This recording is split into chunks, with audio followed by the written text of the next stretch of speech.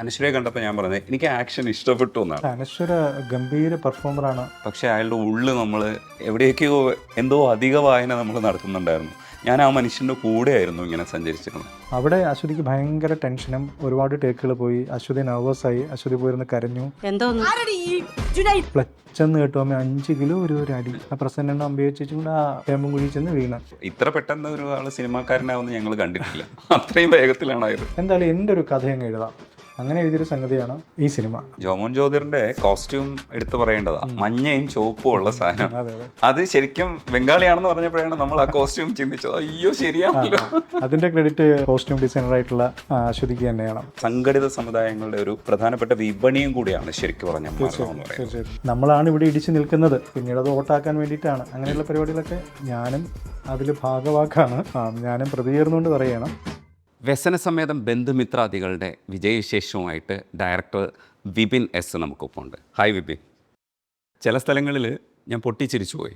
അപ്പോൾ എൻ്റെ അടുത്തിരിക്കുന്ന സുഹൃത്ത് എന്നെ പിടിക്കുന്നുണ്ടായിരുന്നു, ഇത്രയും ലൗഡായിട്ട് ചിരിക്കണ്ടെന്ന് പറഞ്ഞിട്ട്. അത് ചില തമാശകൾ ചിലപ്പോൾ എല്ലാവർക്കും കണക്റ്റ് ആവണമെന്നില്ല, പക്ഷേ കണക്റ്റ് ആയവരുണ്ടല്ലോ അത് പൊട്ടിച്ചിരിക്കുകയാണ് ചെയ്യുക. ഭയങ്കര രസമുണ്ട്. റെസ്പോൺസ് എങ്ങനെ വരുന്നു? തിയേറ്ററിൽ ഞാനും ആൾക്കാരുടെ ഒപ്പം പോരുന്ന കാണുമ്പോൾ ഭയങ്കര സന്തോഷമാണ്. ഭയങ്കര നമ്മൾ തീരെ പ്രതീക്ഷിക്കാത്തടത്തൊക്കെ നല്ല ചിരി വീഴുന്നുണ്ട്. അപ്പം നമ്മൾ നോക്കും, ഇനി നമ്മളെ കളിയാക്കി ചിരിച്ചാണോ? കാരണം അവിടെ അതിനും വേണ്ടിയിട്ടില്ലല്ലോ. പക്ഷെ നല്ല ചിരിയാണ്. എൻ്റെ മകൾക്ക് 11 വയസ്സ്, അച്ഛൻ പ്രായമുള്ള ആളാണ്. ഇപ്പോൾ രണ്ടുപേരും പൊട്ടിച്ചിരിച്ചു എന്ന് വൈഫ് വിളിച്ചു പറഞ്ഞു. അപ്പോൾ ഞാൻ കണ്ടതിന് ശേഷം അവരോട് പോയി കാണാൻ പറഞ്ഞു. ഇത് ഇങ്ങനെയുള്ളൊരു ഫീഡ്ബാക്ക് എനിക്കും കിട്ടുന്നുണ്ട്. എല്ലാ പ്രായത്തിലുള്ളവർക്കും പ്രായം ചെന്നവർക്കും കുട്ടികൾക്കൊക്കെ ഇഷ്ടപ്പെടുന്നുണ്ട് എന്ന് പറയുന്നത്. സാധാരണ സിനിമ കണ്ടിട്ട് അങ്ങനെ ഇഷ്ടപ്പെടാത്ത ചില ആ ഗ്രൂപ്പ് ഓഫ് ആൾക്കാർക്കും ഇത് ഓക്കെയാണ്, നന്നായിട്ട് ചിരിച്ചു എന്നൊക്കെ പറയുന്ന അങ്ങനെയൊക്കെ മെസ്സേജൊക്കെ വരുന്നുണ്ട്. ഇതിനും സന്തോഷമാണ്. ഞാൻ വിചാരിക്കുന്നത് ഇതിനേക്കാൾ കുറച്ചുകൂടെ വൈഡായിട്ട് പോവേണ്ടതുണ്ട് ഈ സിനിമ. കാരണം യങ്സ്റ്റേഴ്സൊക്കെ ഇടിച്ച് കയറേണ്ട ഒരു സിനിമയാണ്. ഈ അടുത്ത കാലത്ത് വന്ന ചില സിനിമകളിൽ നിന്ന് കിട്ടാത്തൊരു സാധനം എനിക്ക് കിട്ടിയിട്ടുണ്ട്. അപ്പോൾ അതൊരു പോസിറ്റീവായിട്ടുള്ള കാര്യമായിട്ട് എനിക്ക് തോന്നി. പക്ഷേ കൈകാര്യം ചെയ്തിരിക്കുന്ന വിഷയം എന്ന് പറയുന്നത് ഗൗരവമുള്ള വിഷയമാണ്. അത് ശരിക്കും എക്സ്പ്ലിസിറ്റ് അല്ല ആക്ച്വലി.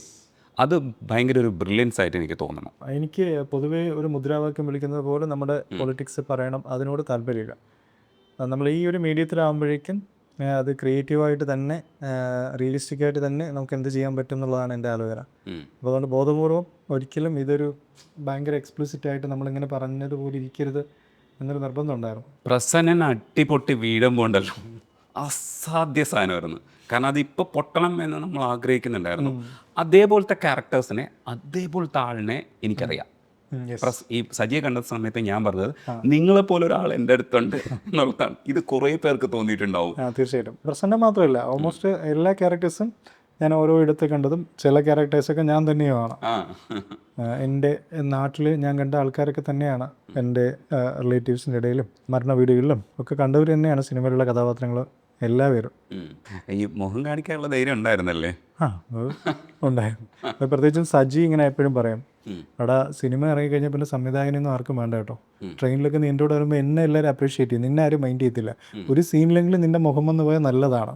അപ്പോൾ നീ എന്തെങ്കിലും ഉണ്ടെങ്കിൽ നീ അഭിനയിക്കുക. അപ്പോൾ ഞാനിങ്ങനെ നോക്കി, ഇതിനകത്ത് ഞാനേത് ചെയ്യാനാണ്?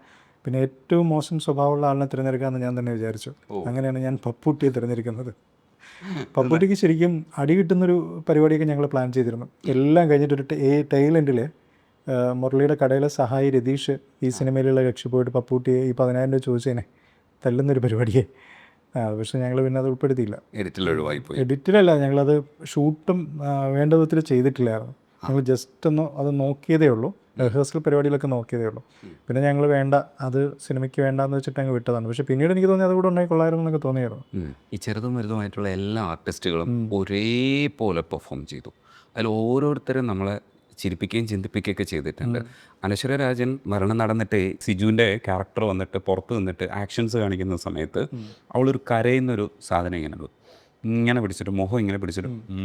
അപ്പോൾ ഞാൻ അനശ്വരയെ കണ്ടപ്പോൾ ഞാൻ പറഞ്ഞത് എനിക്ക് ആക്ഷൻ ഇഷ്ടപ്പെട്ടു എന്നാണ്. ഒരുപാട് ഇമോഷണൽ സീൻസ്. അനശ്വരയുടെ ഫേസ് മാറുമ്പോഴാണ് നമ്മൾ പെട്ടെന്ന് ചിരിയിൽ നിന്ന് ആ ക്യാരക്ടറിൻ്റെ ഉള്ളിലേക്ക് എന്താണ് മരണം എന്നുള്ളത് മനസ്സിലാക്കുന്ന അയാളുടെ ഫേസിലാണ് വായിക്കാൻ പറ്റുക. എല്ലാ ബാൻഡ് മേളത്തിൻ്റെ ഇടയ്ക്കും അനശ്വരയുടെ ഫേസിലേക്ക് വരുമ്പോൾ നമ്മൾ വീണ്ടും ഇമോഷണലി അങ്ങനെ നമ്മൾ പെട്ടെന്ന് ചിരി നിർത്തിയിട്ട് അതിനകത്തേക്ക് പോകുന്നു. വീണ്ടും നമ്മൾ ചിരിക്കുമ്പോൾ വീണ്ടും അനശ്വരയുടെ പ്രസൻസ് വരുമ്പോഴാണ് നമ്മൾ എത്രത്തോളം ഒരു മരണം എത്രത്തോളമാണെന്നുള്ളത് മനസ്സിലാക്കുന്നത്. അനശ്വരയുടെ ചില ആക്ഷൻസൊക്കെ കണ്ടപ്പോൾ എനിക്ക് തോന്നി ചിന്തിക്കുന്നുണ്ട് അപ്പോൾ അത് ഭയങ്കരമായിട്ട് എനിക്ക് ഇഷ്ടപ്പെട്ടു ആ റിയാക്ഷൻസ്. ആ എത്രത്തോളം അയാൾ വർക്ക് ചെയ്തതായിട്ടാണ് ആ സമയത്ത് തന്നെ മനസ്സിലാക്കിയത്. അല്ല, അനശ്വര ഗംഭീര പെർഫോമറാണ്. ഞാൻ ഷൂട്ടിംഗ് വേളയിൽ തന്നെ എൻ്റെ കൂടെ ഉള്ളവരടുത്ത് പറയുമായിരുന്നു. കാരണം നമ്മൾ വലുതായിട്ട് വലിയ ഇൻപുട്ട് കൊടുക്കണ്ട, അല്ലാതെ തന്നെ പുള്ളിക്കാരി പെട്ടെന്ന് ക്യാച്ച് ചെയ്യും ഇന്നതാണ് എനിക്ക് വേണ്ടതെന്ന്. പിന്നെ ആകെയുള്ളൊരു പ്രശ്നം സ്ലാങ് പറയുന്നതിലുള്ളൊരു പ്രശ്നം മാത്രമേ ഉള്ളൂ. അപ്പോൾ അതൊരു സ്പെഷ്യൽ എഫേർട്ടാണ്. അപ്പം ആ ഒരു മീറ്ററിൽ സ്ലാങ് പറയുകയും വേണം, ഈ എക്സ്പ്രഷൻ എല്ലാം വരെയും വേണം, കണ്ടിന്യൂറ്റി ഒക്കെ നോക്കുകയും വേണം. ഇത് ഒക്കെ ഒരു ചലഞ്ചാണ്. പക്ഷെ അതെല്ലാം അനശ്വര ഗംഭീരമായിട്ട് ചെയ്തു എന്നുള്ളതാണ്. പിന്നെ ആക്ഷൻ കണ്ടിന്യൂറ്റിയുടെ കാര്യത്തിലും അവരുടെ ഇമോഷണൽ കണ്ടിന്യൂറ്റിയുടെ കാര്യത്തിൽ, ഇപ്പോൾ ഉദാഹരണത്തിന് ഞങ്ങൾ ലീനിയറായിട്ടല്ല ഷൂട്ട് ചെയ്യുന്നത്. അപ്പോൾ പല നമ്മുടെ ഈ സ്കെഡ്യൂൾ ചെയ്തിരിക്കുന്നത് നമ്മുടെ സൗകര്യം പോലെയാണ്. അപ്പം അനശ്വര പെട്ടെന്ന് ചോദിക്കും, ചേട്ടാ ഇപ്പം ഇത് ഏത് കഴിഞ്ഞിട്ടാണ്? അമ്മമ്മയെ കൊണ്ട് കിടത്തിയോ, കുളിപ്പിച്ചോ, അതോ കൊണ്ടുവന്നോ, ഡെഡ് ബോഡി കൊണ്ടുവന്നോ? അപ്പം ഞാൻ അത് പറഞ്ഞു കൊടുത്താൽ മതി, കറക്റ്റ് അവിടെ എന്താണോ വേണ്ടത് ആ ഒരു സാധനം അനശ്വര തരും. അപ്പം ഭയങ്കര എളുപ്പമായിരുന്നു അനശ്വരയുടെ കൂടെ വർക്ക് ചെയ്യാനായിട്ട്, അവരുടെ ഒരു എക്സ്പീരിയൻസും ഉണ്ട്. അസീസേട്ടൻ ഫസ്റ്റിൽ കടയിൽ നിന്ന് വരുമ്പോൾ അനശ്വര ഒരു നോട്ടം നോക്കും, രണ്ട് പേരും അങ്ങോട്ടും ഇങ്ങോട്ടും നോക്കും. ഇയാളുടെ ഫേസിൽ നേരത്തെ ഉള്ള ഭാവങ്ങളൊക്കെ തന്നെയാണ്, പക്ഷേ ഒരു കടുപ്പമുണ്ട്, ഒരു സാധനമുണ്ട്. അത് അസീസേട്ടൻ അസാധ്യത ചെയ്തിട്ടുള്ള സാധനമാണ്. വേറെ ഇമോഷൻസ് കാണിക്കുന്നതൊക്കെ നമുക്ക് കുറച്ചുകൂടെ നമുക്ക് മീറ്റർ പിടിക്കാൻ പറ്റും. പക്ഷേ ഈ മീറ്റർ കറക്റ്റായിട്ട് പിടിക്കുക എന്ന് പറഞ്ഞാൽ കുറച്ച് പ്രയാസമാണ്. അത് തീർച്ചയായിട്ടും ആ ക്യാരക്ടറിനെ എന്താണ് ഉള്ളിൽ ആവാഹിക്കുക എന്നൊക്കെ പറയുന്ന പരിപാടിയിലൂടെയൊക്കെ വരുമ്പോഴായിരിക്കും അത് കിട്ടുന്നതെന്ന് എനിക്ക് തോന്നുന്നു. അപ്പം എനിക്ക് അതിനകത്ത് എടുത്ത് പറയേണ്ടുന്നൊരു സംഗതി എന്ന് വെച്ചാൽ അസീസിൻ്റെ ചില മാനറിസങ്ങൾ. ഇപ്പോൾ എൻ്റെ അച്ഛൻ്റെ അനിയൻ പലചരക്ക് കട നടത്തുന്ന ആളായിരുന്നു, അതിപ്പം മരണപ്പെട്ടു പോയി. അപ്പോൾ ഞാൻ ഇത് എഴുതുമ്പോഴൊക്കെ എൻ്റെ അച്ഛൻ്റെ അനിയൻ്റെ ചേഷ്ടകൾ, ഭാവങ്ങൾ, അദ്ദേഹം ഈ ലുങ്കി പിടിക്കുന്ന രീതി, വെപ്രാളപ്പെട്ട് ഓടുന്ന രീതി, ഇതെല്ലാം എൻ്റെ മനസ്സിലുണ്ടായിരുന്നു. ഇത് ഏറെക്കുറെ പലചരക്ക് കടക്കാർക്കൊക്കെ സിമിലറാണ്. അവരുടെ ജോലിയുമായിട്ട് ബന്ധപ്പെട്ടിട്ട് ഒക്കെയുള്ള അവരുടെ രീതികൾ പലപ്പോഴും ഏതാണ്ടൊരു സാമ്യമൊക്കെ ഉണ്ട്. അപ്പോൾ ഇത് ഞാൻ ഷൂട്ട് സമയത്ത് ഞാൻ നോക്കുമ്പോൾ അസീസ് ഇതെല്ലാം തരുന്നുണ്ട്. അപ്പം ഞാനിതൊന്നും പറഞ്ഞു കൊടുത്തിട്ടില്ല. എസ്പെഷ്യലി ആ മുണ്ട് പിടിക്കുന്ന രീതിയൊക്കെ ഉണ്ടല്ലോ, അതൊക്കെ പുള്ളി ത്രൂ ഔട്ട് അത് അങ്ങനെ തന്നെ വെച്ചിട്ടുണ്ട്. അപ്പം ഞാൻ ആദ്യത്തെ ദിവസമാണെന്ന് തോന്നുന്നു, ഞാനിങ്ങനെ ചോദിച്ചു, അസീസ് ഇതൊക്കെ ഞാൻ അസീസിനോട് പറയാനിരുന്ന സംഗതികളാണ്, ഞാൻ ഒബ്സർവ് ചെയ്ത് വന്നിട്ട് ഇതിങ്ങനെ വേണമെന്ന് പറയാനിരുന്ന സംഗതിയാണ്, നിങ്ങളിത് എവിടെ നിന്ന് പഠിച്ചു? അപ്പോൾ അസീസ് പറയുന്നത്, എടാ ഞാനൊരു 4-5 പലചരക്ക് കടക്കാരുടെ പുറകെ ആയിരുന്നു കഴിഞ്ഞ ദിവസങ്ങളിൽ, ഇവരൊക്കെ ഒബ്സർവ് ചെയ്തിട്ട് എന്താണ് ഇവരുടെ ആക്ഷൻസ് എന്നൊക്കെ ഉള്ളത് ഞാൻ നോക്കിയിട്ടുണ്ടായിരുന്നു. അപ്പോൾ അതിൽ പൊതുവായിട്ടുള്ള പരിപാടികളൊക്കെ ഞാൻ ഇതിനകത്ത് കൊണ്ടുവന്നിട്ടുണ്ട് എന്നുള്ളത്. അസീസും എനിക്ക് തോന്നുന്നു ആദ്യത്തെ ഒരു സീനിൽ മാത്രമാണ് അസീസ് സന്തോഷത്തോടു കൂടി സംസാരിക്കുന്നത്. ആ സീനിൽ തന്നെ, ആ സീനിൻ്റെ ഒടുക്കം അസീസ് ഗൗരവക്കാരനാവുകയാണ്. പിന്നീട് അങ്ങോട്ട് അസീസിന് സങ്കടമാണ് ഈ സിനിമയിലുള്ളത്. പക്ഷെ നന്നായിട്ട് ചെയ്തു. കിടിലൻ പ്ലേസ്മെൻറ്റ്. ആർട്ടിസ്റ്റുകളെ നിങ്ങൾ പ്ലേസ് ചെയ്തിരിക്കുന്നതിൽ അസീസിൻ്റേത് അസാധ്യമായിട്ടുള്ള സാധനം.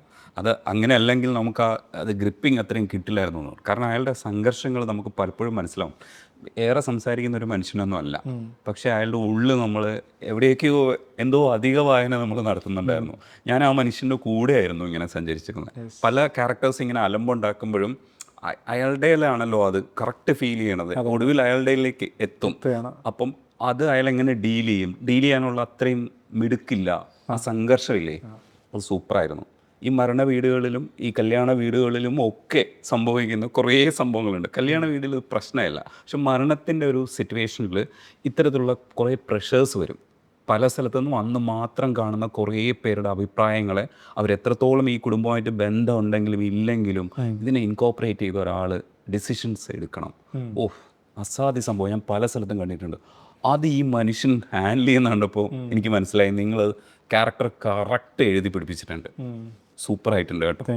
അത് പിന്നെ അതിനകത്ത് പറയാനുള്ളതെന്ന് വെച്ചാൽ പല ഡിപ്പാർട്ട്മെൻറ്റിനെ കുറിച്ചും പറയാനുണ്ട്, പക്ഷേ നമ്മൾ ആർട്ടിസ്റ്റുകളെ കുറിച്ച് പറയുന്നതുകൊണ്ട് അശ്വതിയുടെ ഒരു പെർഫോമൻസ്, അശ്വതി ചന്ദ് അല്ലേ, മിമിക്രിയിൽ ഒരുപാട് നമ്മൾ പെർഫോമൻസ് കണ്ടിട്ടുണ്ട്.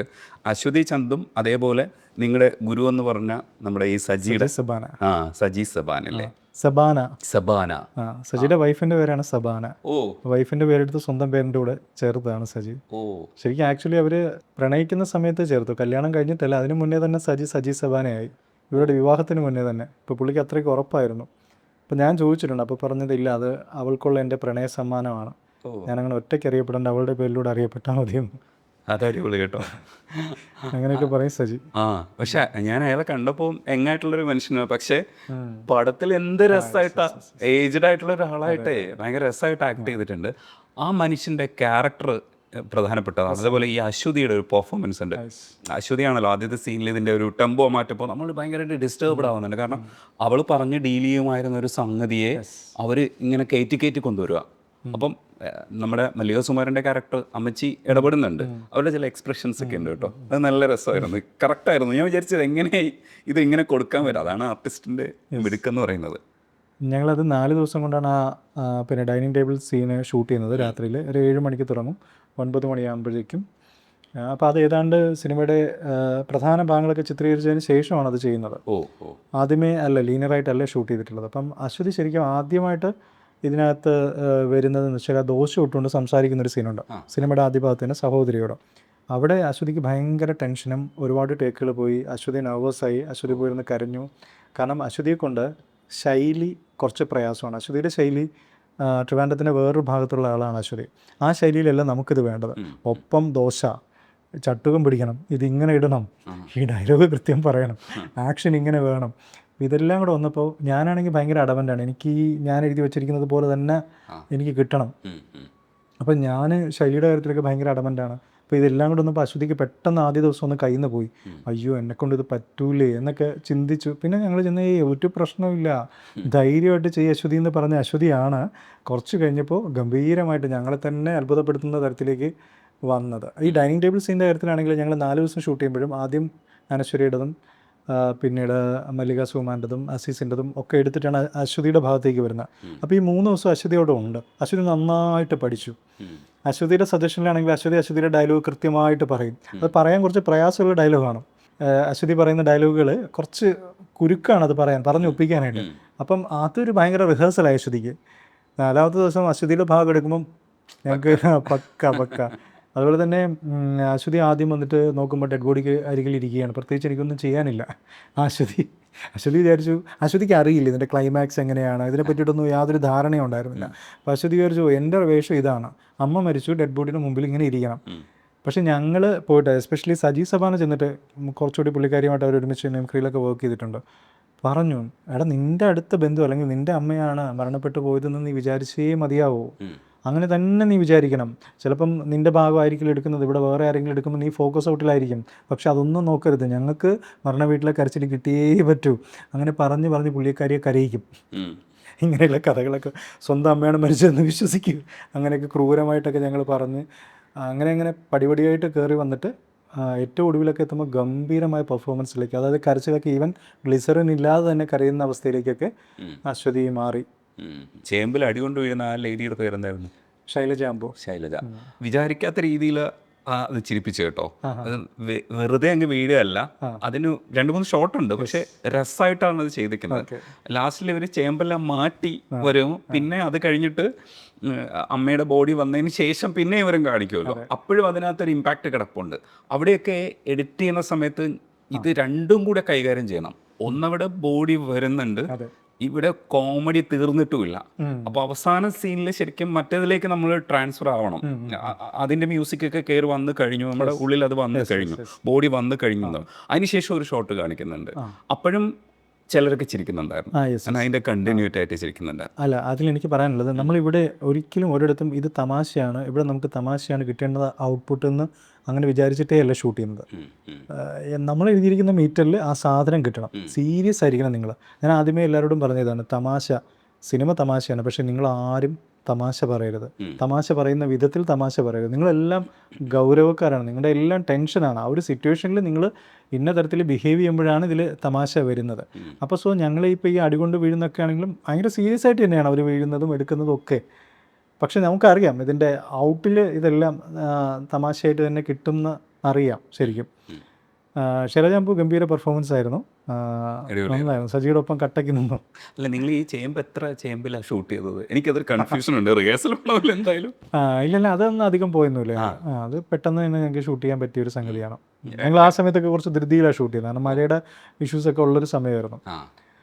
അപ്പം ഞങ്ങൾ ഈ ഇതിന് ഇത്ര ദിവസം ഒന്ന് പ്ലാൻ ചെയ്തിട്ടുണ്ടായിരുന്നു. അപ്പം അതിനകത്ത് തന്നെ അല്ല അവിടെ ഉണ്ട് അതെല്ലാം. അത് ശരിക്കും ഇപ്പം നമ്മൾ എഴുതുമ്പോഴൊന്നും അങ്ങനെ ചേമ്പിൽ വീണൊന്നും അങ്ങനെയൊന്നുമല്ല, അവിടെ അടികൊണ്ട് വീഴുന്നേ ഉള്ളൂ. അടികൊണ്ട് വീണു. പിന്നെ ഇത് പറഞ്ഞതുകൊണ്ട് ഞാൻ പറയാം, ഇവരെ അടി കിട്ടിയതിന് ശേഷം സ്ത്രീകൾ ഈ അടിയെപ്പറ്റി സംസാരിക്കുന്ന ഒരു സീനുണ്ട്.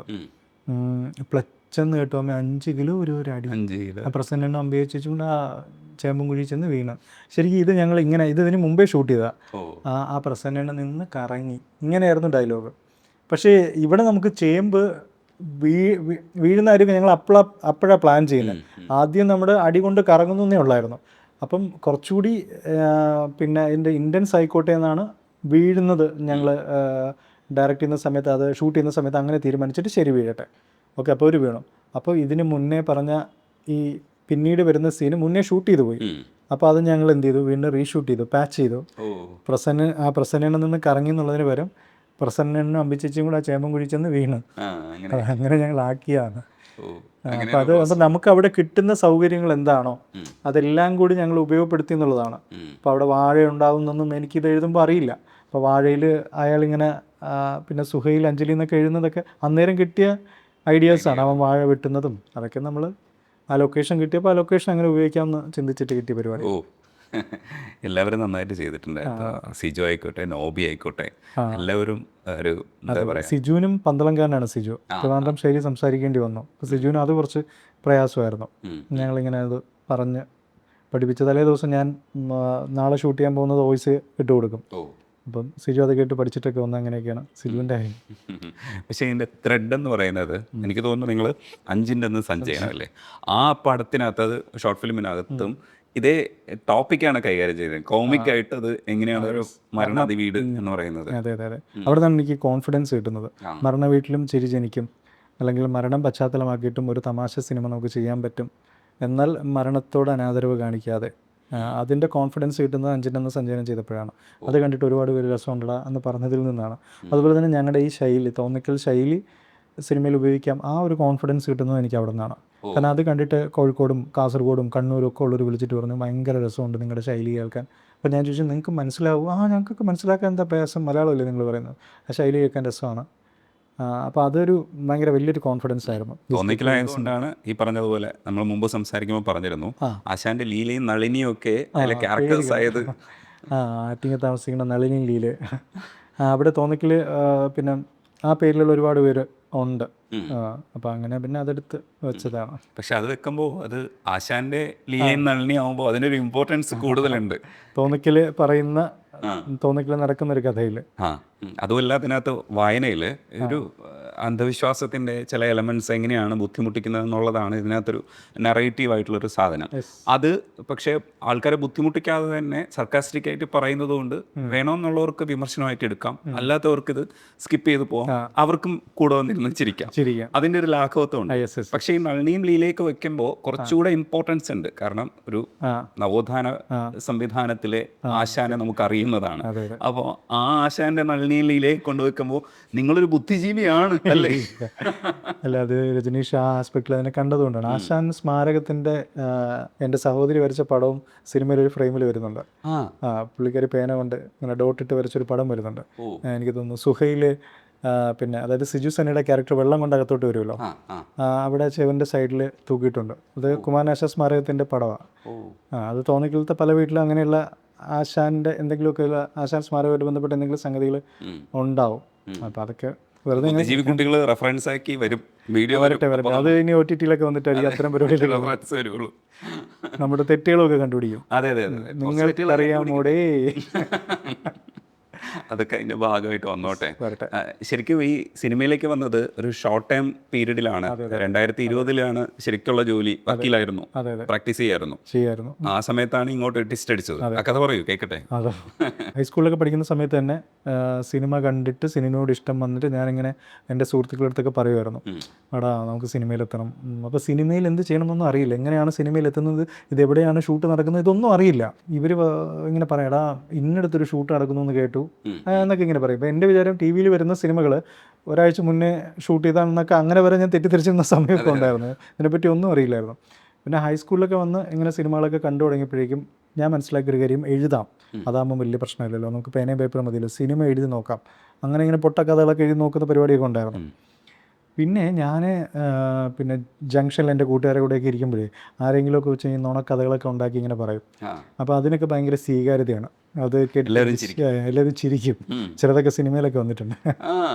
സുരാജേട്ടൻ എൻ്റെ ഒരു പടത്തിൽ പുള്ളിയുടെ ഒരു സാധനം വന്നിട്ടുണ്ട്. ഇതിലുള്ള വണ്ടി കണ്ടിട്ടുണ്ടാന്ന് ചോദിച്ചിട്ടുള്ള ഒരു സാധനമുണ്ട്. അതൊക്കെ ഞാൻ ജംഗ്ഷനിലിരുന്ന് എൻ്റെ വല്യമ്മയുടെ മോനുണ്ട് ധനേഷ്. അപ്പോൾ അവന് ധനേഷ് കഥകളുണ്ട് എനിക്കിഷ്ടം പോലെ. അപ്പോൾ ഞാൻ ഈ ധനേഷ് കഥകൾ അടിക്കും. അപ്പോൾ അവനും ചിരിക്കും, ധനേഷും കൂട്ടത്തിൽ നിന്ന് ചിരിച്ചോളും.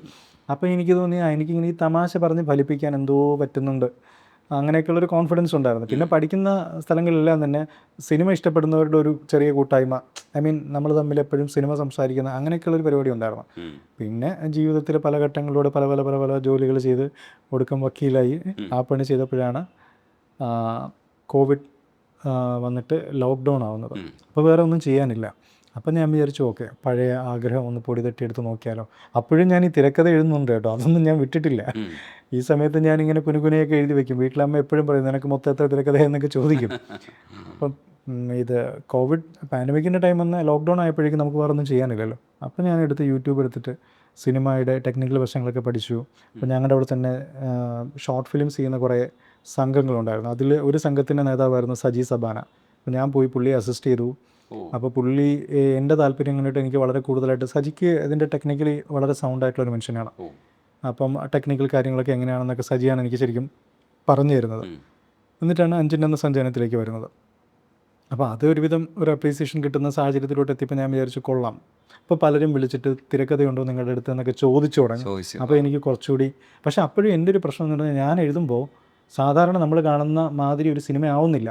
ഒരു നായകൻ്റെ കഥയായിട്ട് വരുന്നില്ല, നായകന് നായകത്വം ഇല്ല, അങ്ങനെയൊക്കെയുള്ള പ്രശ്നങ്ങളുണ്ട്. അപ്പോൾ ഇതൊന്നും ശരിയാവത്തില്ല എന്നൊക്കെ ഞാൻ വിചാരിച്ചു. അതെല്ലാം ഞാൻ ഉപേക്ഷിക്കും. വീണ്ടും സാധാരണ നമ്മൾ കണ്ടുവരുന്ന രീതിയിലുള്ള സിനിമ എഴുതാൻ ശ്രമിക്കും. പക്ഷേ അതിൽ ഞാൻ തൃപ്തനാവില്ല, അല്ലെങ്കിൽ ഞാൻ വിജയിക്കില്ല. പിന്നെ ലാസ്റ്റ് ഞാൻ വിചാരിച്ചു എന്തായാലും എൻ്റെ ഒരു കഥ അങ്ങ് എഴുതാം. അങ്ങനെ എഴുതിയൊരു സംഗതിയാണ് ഈ സിനിമ. അപ്പം ഞാൻ അതിനകത്ത് പ്രത്യേകിച്ച് നമ്മുടെ സ്ഥിരം പാറ്റേൺ പരിപാടികളൊന്നും നോക്കാൻ പോയില്ല. അങ്ങനെ ഇന്നൊരു നായകൻ വേണം, അദ്ദേഹത്തിന് ഇങ്ങനൊരു ജേർണി വേണം, അങ്ങനെയൊന്നും നോക്കാതെ എഴുതിയതാണ്. അപ്പോൾ അത് ശരിക്കും ഞാൻ കുറേ പ്രൊഡക്ഷൻ ഹൗസിലൊക്കെ പോയപ്പോഴും അവർക്കൊക്കെ ഈ ഒരു ബുദ്ധിമുട്ടുണ്ടായിരുന്നു. ഒരു സ്ഥിരം പാറ്റേൺ പരിപാടിയല്ലല്ലോ, ഒരു നായകന് നായകത്വം ഇല്ലല്ലോ, അല്ലെങ്കിൽ ഏതെങ്കിലും ഒരു വലിയ സ്റ്റാറിനെ വെച്ചിട്ട് നമുക്ക് ചെയ്യാൻ പറ്റുന്ന പരിപാടിയല്ലല്ലോ. അപ്പോൾ ഇതിനെ എങ്ങനെ നമുക്ക് ബിസിനസ് ചെയ്യാൻ പറ്റും, അങ്ങനെയൊക്കെയുള്ള ചിന്തകളൊക്കെ ഉണ്ടായിരുന്നു. അവിടെയാണ് വിപിൻ ദാസ് ധൈര്യം കാണിക്കുന്നത്. അദ്ദേഹത്തിന് കണ്ടൻറ്റിലുള്ള വിശ്വാസം കൊണ്ടും അഞ്ചിൻ്റെ സഞ്ചയനം കണ്ടിട്ടുള്ള ഒരു വിശ്വാസം കൊണ്ടുമൊക്കെ അദ്ദേഹം നമുക്കൊന്ന് പിടിച്ചു നോക്കാം വിപിൻ. പിന്നെ എനിക്ക് തോന്നുന്നു ഒരുപക്ഷെ വാഴയുടെ വിജയവും ഒക്കെ ഒരു ഘടകമാണ്. ചെറിയ ആർട്ടിസ്റ്റുകളെ വെച്ചിട്ടും വലിയ വിജയങ്ങൾ ഉണ്ടാക്കാൻ പറ്റും എന്നുള്ളൊരു കോൺഫിഡൻസ്. ഇൻഡസ്ട്രിയിൽ അതിനെ പറ്റിയിട്ട് സംസാരിക്കുന്നുണ്ട്. ചെറിയ ബഡ്ജറ്റിൽ സിനിമ തീരുമ്പോഴുള്ള ഗുണത്തെക്കുറിച്ച് പ്രൊഡ്യൂസേഴ്സ് സംസാരിക്കുന്നുണ്ട്. എന്നോടൊരാൾ നേരിട്ട് സംസാരിച്ചു, ഇത് ചെറിയ ബഡ്ജറ്റിൽ തീർന്നതുകൊണ്ട് ഞങ്ങളെല്ലാം പ്രതീക്ഷയോടുകൂടിയാണ് ഈ സിനിമയുടെ വിജയം നോക്കുന്നത്. റിലീസിന് മുമ്പ് തന്നെ പറഞ്ഞതാണ്. അപ്പോൾ അത് വിജയിക്കേണ്ടത് ഞങ്ങളുടെയും കൂടെ ഒരു ആവശ്യമാണ്. അപ്പോൾ അത് നമുക്ക് കേൾക്കുമ്പോൾ നമുക്കും ഭയങ്കര സന്തോഷമാണ്. കാരണം വലിയ പടങ്ങൾ വിജയിക്കാൻ പാടുപെടുമ്പോൾ ചെറിയ പടങ്ങൾ വിജയിക്കുകയാണെങ്കിൽ കുറച്ചുകൂടെ മാതൃകയാകാൻ പറ്റും. അപ്പോൾ വിപിൻ്റെ അടുത്തേക്ക് ഈസി ആയിട്ട് എത്തിയതാണ്. എങ്ങനെ എത്തിയതാണ് കറക്റ്റ് കണക്ഷൻ ഇവിടെ? അത് ഞാൻ വേറൊരു പ്രൊഡക്ഷൻ ഹൗസിൽ ഈ സിനിമ ചർച്ച ചെയ്യുന്ന അവസരത്തിൽ അസീസ് നെടുമങ്ങാട് ഇതിനകത്ത് ഇപ്പം നോബ് ചെയ്യുന്ന വേഷത്തിന് വേണ്ടിയിട്ട് കാസ്റ്റ് ചെയ്തിട്ടുണ്ടായിരുന്നു. അപ്പോൾ അസീസിന് ഞാൻ പോയിട്ട് കഥ പറഞ്ഞു. ശരിക്കും ഞാൻ എൻ്റെ അഞ്ചിനെന്ന സഞ്ചയനത്തിലെ ഒരു പ്രധാന വേഷത്തിലോട്ട് അസീസിനെ കാസ്റ്റ് ചെയ്തിട്ടുണ്ടായിരുന്നു. അപ്പോൾ അന്ന് ഞാൻ അസീസിനെ വിളിച്ചപ്പോൾ അദ്ദേഹം അന്ന് പ്രീമിയർ പത്മിനി എന്ന് പറയുന്ന ഒരു വെബ് സീരീസ് ചെയ്യുന്നതുകൊണ്ട് അവിടെ ഒരു എഗ്രിമെൻ്റ് ഉണ്ട്, വേറൊരു വെബ് സീരീസ് അല്ലെങ്കിൽ ഷോർട്ട് ഫിലിം ചെയ്തു വിടാം. അപ്പോൾ അങ്ങനെയാണ് അസീസിന് അതിൽ വരാൻ പറ്റാതെ പോയത്. പിന്നീട് ഷോർട്ട് ഫിലിം കണ്ടപ്പോൾ അസീസ് വിളിച്ചിട്ടാ ഭയങ്കര രസമായിട്ടുണ്ടായിരുന്നു എന്നൊക്കെ പറഞ്ഞിട്ട് അഭിനന്ദിക്കുകയൊക്കെ ചെയ്തിട്ടുണ്ട്. അപ്പോൾ ആ ഒരു പരിചയമുണ്ട്. അങ്ങനെ ഞാൻ അസീസിനോട് പോയിട്ട് കഥ പറഞ്ഞു. അപ്പോൾ അസീസിന് സ്ക്രിപ്റ്റ് വായിക്കായിരുന്നില്ല, കഥ ഇങ്ങനെ പറയുമായിരുന്നു. അപ്പോൾ പിന്നീട് അസീസിനെ വിളിച്ചു, ഇവന് എന്തായി, നമ്മുടെ പ്രോജക്റ്റ് എന്തായി? അപ്പോൾ ഞാൻ പറഞ്ഞു ഇല്ല, അതും പഴയതുപോലെ തന്നെയാണ്, പ്രൊഡ്യൂസർ കൺഫ്യൂഷനിലാണ് എന്ന് പറഞ്ഞു. അപ്പോൾ അസീസാണ് ഞാനൊരു കാര്യം ചെയ്യാം, അങ്ങനെയാണെങ്കിൽ വിപിൻ ദാസിനോടൊന്ന് പറയാം. അങ്ങനെ അസീസാണ് കണക്ട് ചെയ്യുന്നത്. അങ്ങനെ ഞാൻ 2024 ഒക്ടോബർ മാസത്തിൽ വിപിൻ ദാസിൻ്റെ അടുത്തേക്ക് വരുന്നു. നവംബർ 15-ാം തീയതി ഷൂട്ട് തുടങ്ങുന്നു. വളരെ പെട്ടെന്നായിരുന്നു കാര്യങ്ങൾ.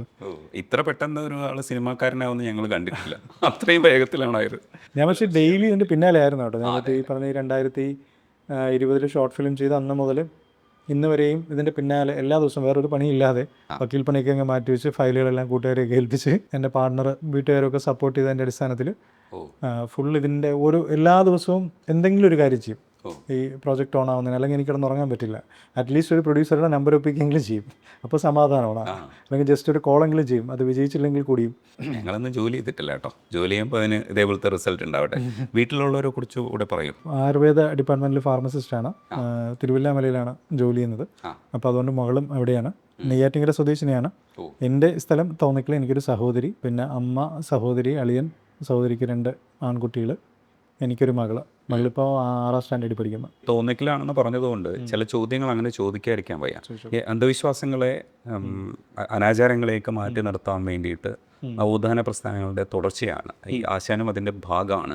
ഈ ആശാൻ്റെ നാട്ടിൽ നിങ്ങളുള്ളപ്പോൾ തന്നെ സ്വതസിദ്ധമായി തന്നെ നിങ്ങൾക്ക് കുറേ കാര്യങ്ങൾ കിട്ടും. വേറൊരു സ്ഥലത്ത് നിന്ന് നോളജ് ആർജിക്കേണ്ട കാര്യമില്ല. ആ പരിസരങ്ങളിൽ തന്നെ ഉണ്ടാവും ഇത്തരത്തിലുള്ള കാര്യങ്ങളൊക്കെ. ഇപ്പോഴും ഇതിൽ സഫർ ചെയ്യുന്ന ഒരുപാട് ആൾക്കാരുണ്ട്. ഒന്നാമത് മരണം ഒരു പ്രധാനപ്പെട്ട അജണ്ടയാണ്. സംഘടിത സമുദായങ്ങളുടെ ഒരു പ്രധാനപ്പെട്ട വിപണിയും കൂടിയാണ് ശരിക്കും പറഞ്ഞാൽ മരണം എന്ന് പറയുന്നത്. അവിടെ വിൽക്കാൻ പറ്റിയില്ലെങ്കിൽ പിന്നെ അവർ കല്യാണത്തിൽ വിൽക്കാൻ പറ്റില്ല. അവിടെയാണ് പ്രധാനപ്പെട്ട ഏരിയ. സെന്റിമെന്റ്സ് ഇതൊക്കെ യൂട്ടിലൈസ് ചെയ്യുന്ന ഒരുപാട് സംവിധാനങ്ങളുണ്ട്. പലപ്പോഴും സഹായമാവാറുണ്ട്. പക്ഷേ ഇതിൻ്റെ ഉള്ളിൽ ഇങ്ങനെ ഒരു സംഗതിയും കൂടെ വർക്ക് ചെയ്യുന്നുണ്ട്. അത് നമ്മൾ പലപ്പോഴും കണ്ടിട്ടുണ്ട്. പിന്നെ ഒരു സ്ഥലത്തുള്ള സംവിധാനം ആയിരിക്കില്ല വേറൊരു സ്ഥലത്ത്. ഇതിനെ പറ്റിയിട്ടുള്ള തർക്കം, ചില ബലം പിടിക്കലുകൾ, മീശ വെച്ച മനുഷ്യനില്ലേ, അതിലൊക്കെ ഒരു പ്രധാനപ്പെട്ട ക്യാരക്ടേഴ്സാണ്. ഇതൊക്കെ ടെമ്പോ കയറ്റുന്ന ടീമാണ്. പല സ്ഥലത്ത് പോയി ഏഷ്യനി പറഞ്ഞ് ഇതിനെ ഉയർത്തിക്കൊണ്ടുവന്ന് സോൾവ് ചെയ്യാതെ ഇത് ഒരു ഭയങ്കര ഒരു പ്രോബ്ലം അല്ലേ നമ്മുടെ ഈ ഇത്തരത്തിലുള്ള ഒരു ഇടപെടൽ എന്ന് പറയുന്നത്. അത് മനസ്സിലുണ്ടായിരുന്നില്ലേ ശരിക്കും? അല്ല, തീർച്ചയായിട്ടും അത് മനസ്സിലുണ്ടായിരുന്നു. അതിനെ തന്നെയാണല്ലോ അഡ്രസ്സ് ചെയ്തത്. ഇപ്പോൾ അവിടെയുള്ള പ്രാദേശികമായിട്ട് പാർട്ടിയുടെ നേതാവാണോ അതോ ഈ പറഞ്ഞ പോലത്തെ സമുദായ നേതാവാണോ, ആരാണ് ഇടിച്ച് നിൽക്കുന്നത് എന്നൊക്കെ പറഞ്ഞിട്ടുള്ള തർക്കങ്ങളൊക്കെ ഉണ്ട്. അപ്പോൾ ചിലപ്പോൾ ഇവർ രണ്ടുപേരും ഇതിനകത്ത് കയറി നിൽക്കുകയൊക്കെ ചെയ്യും. അപ്പോൾ ഇപ്പം ഞാനൊക്കെ കണ്ടിട്ടുള്ളതാണ് ഈ പൂവും നീരും കൊടുക്കുക എന്നൊക്കെ പറയുന്ന പരിപാടി ഉണ്ടല്ലോ. അപ്പോൾ അതിന് മൊന്തയൊക്കെ നമ്മുടെ ആൾക്കാരുടെ കയ്യിൽ തന്നെ ഇരിക്കണം. അപ്പം നീ പെട്ടെന്ന് റെഡിയാക്കി വെച്ചു. അതായത് ജനങ്ങൾ കാണുമ്പോൾ അവിടെ നിറഞ്ഞു നിൽക്കേണ്ടത്, ഞാൻ ഇതിനകത്ത് ഉപയോഗിച്ചിട്ടുള്ള ഭാഷ ഇടിച്ച് നിൽക്കേണ്ടത് നമ്മളായിരിക്കണം. പിന്നീട് ഇതിനെപ്പറ്റി ഒരു ഡിസ്കഷൻ നടക്കുക. അതെന്താ നീ അവൻ്റെ കയ്യിൽ പോയി എന്തിനാ? അവൻ കൊണ്ടുപോയില്ലേ ക്രെഡിറ്റ്? നമ്മളല്ലേ അത് ചെയ്യാനുള്ളത്? ഇല വെട്ടിക്കൊണ്ട് നീ വരാത്ത എന്താ? കിണ്ടി കൈ കരുതണം. വീട്ടിൽ നിന്ന് വരുമ്പോൾ ഒരു കിണ്ടി എടുത്തോണ്ട് വാ. നമ്മളാണ് ഇവിടെ ഇടിച്ച് നിൽക്കുന്നത്. പിന്നീട് അത് വോട്ടാക്കാൻ വേണ്ടിയിട്ടാണ്. അങ്ങനെയുള്ള പരിപാടികളൊക്കെ ഞാനും അതിൽ ഭാഗവാക്കാണ്. ഞാനും പ്രതികരണമുകൊണ്ട് പറയണം. അപ്പോൾ അങ്ങനെയൊക്കെയുള്ള കാര്യങ്ങളൊക്കെ ഉണ്ട്. അപ്പോൾ ഇതിനകത്തെല്ലാം ഒരു കൗതുകം ഉണ്ടെന്ന് ഞാൻ കണ്ടിട്ടുണ്ടായിരുന്നു. ഇതിനകത്തെല്ലാം ഒരു പൊളിറ്റിക്സ് ഉണ്ടെന്ന് കണ്ടിട്ടുണ്ടായിരുന്നു.